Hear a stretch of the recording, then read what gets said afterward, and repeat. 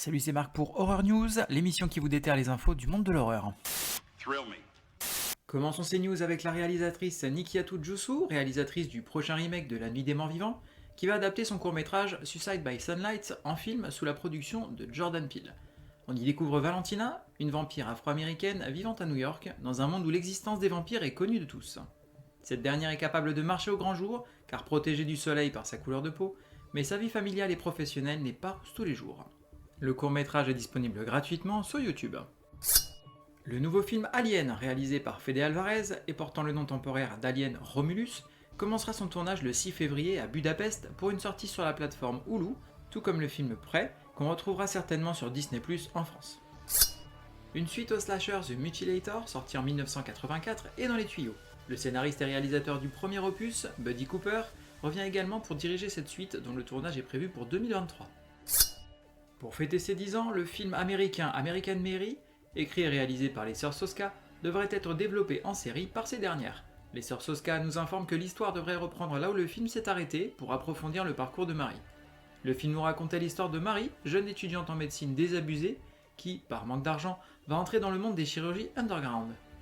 On dirait que c'est la première fois que tu vois un cadavre.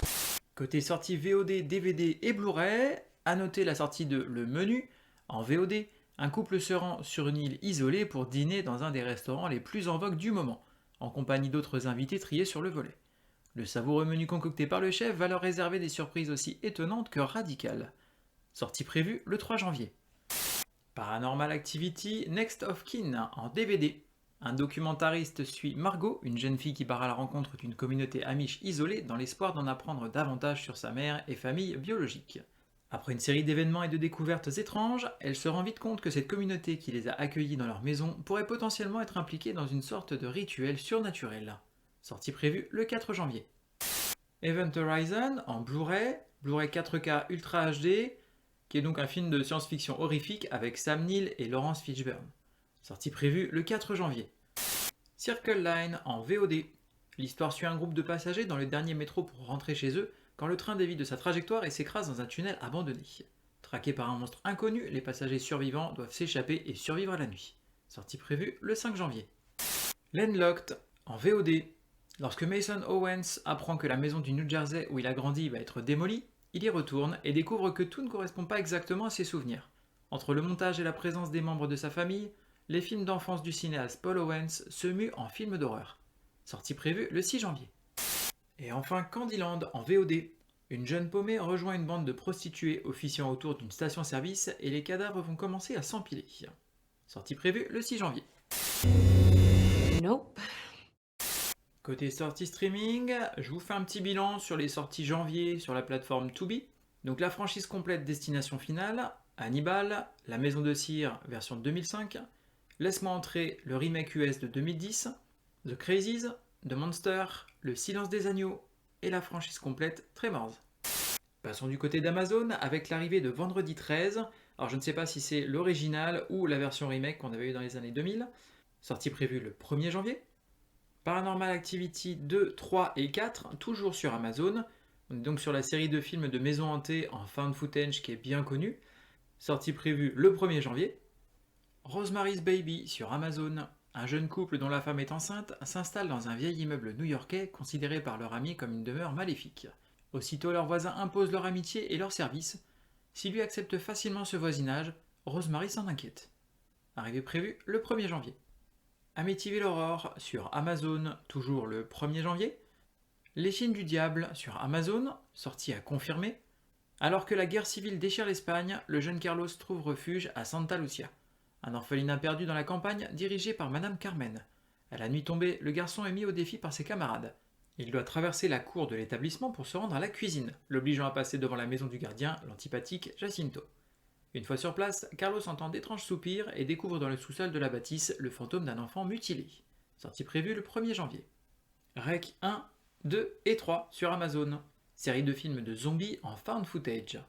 Sortie prévue le 1er janvier. Esther 2, Les Origines sur Amazon, sortie à confirmer. Après avoir orchestré une brillante évasion d'un établissement psychiatrique, Esther se rend en Amérique en se faisant passer pour la fille disparue d'une famille aisée. Sortie prévue le 4 janvier. Possession, film de 1981 sur Shudder. Rentrant d'un long voyage, Mark retrouve à Berlin sa femme Anna et son fils Bob. Mais rapidement, il se rend compte que le comportement de sa femme a changé. Prise de violentes crises, elle quitte le domicile. L'amie du couple, Annie, révèle à Mark le nom de l'amant d'Anna, Heinrich.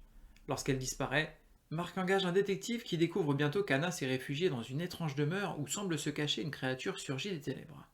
Sortie prévue le 5 janvier. The Pale Blue Eye sur Netflix.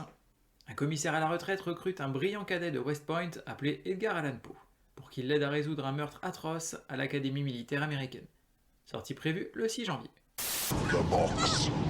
You opened it. We came.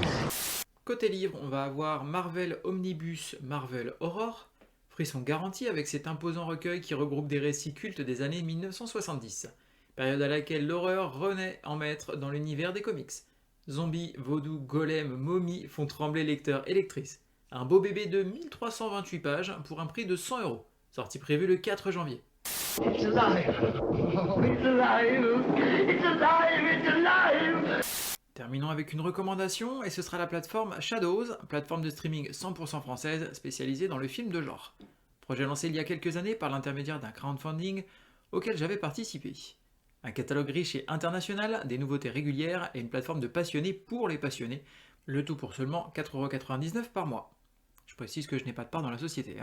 Ils se lancent également dans la distribution cinéma, puisqu'ils nous permettront, en association avec ESC Distribution, de profiter du film Terrifier 2 dans les cinémas français le 11 janvier prochain. Merci à vous d'avoir suivi cette émission. Vous pouvez me retrouver sur toutes les plateformes de podcast, Spotify, Deezer, Apple Podcasts, Google Podcasts, etc. Je vous invite à laisser un avis ainsi qu'une note pour m'encourager et aider à faire connaître le podcast. N'hésitez pas à me suivre sur la page Facebook de l'émission, vous pouvez commenter ou m'envoyer un message et je vous répondrai avec grand plaisir. Il ne me reste plus qu'à vous souhaiter une excellente année 2023, bonne semaine et bon frisson.